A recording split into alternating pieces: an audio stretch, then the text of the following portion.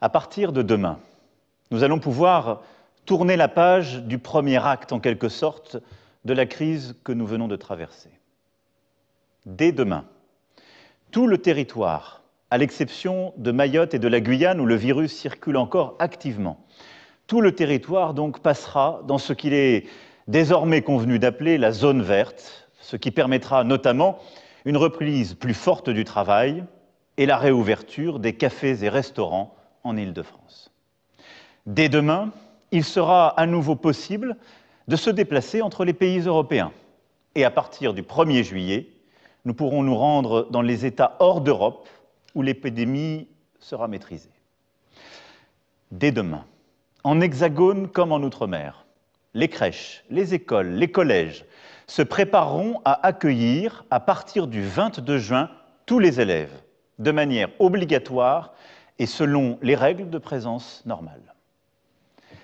Il faudra continuer d'éviter au maximum les rassemblements, car nous savons qu'ils sont les principales occasions de propagation du virus.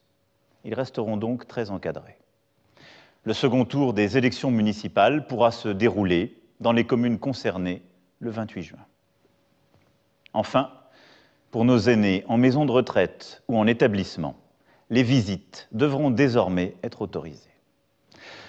Nous allons donc pouvoir retrouver le plaisir d'être ensemble, de reprendre pleinement le travail, mais aussi de nous divertir, de nous cultiver.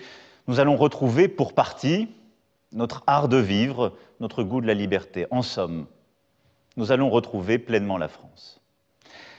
Cela ne signifie pas que le virus a disparu et que nous pouvons baisser totalement la garde. Il nous faudra pour longtemps encore vivre avec lui, respecter les règles de distance physique.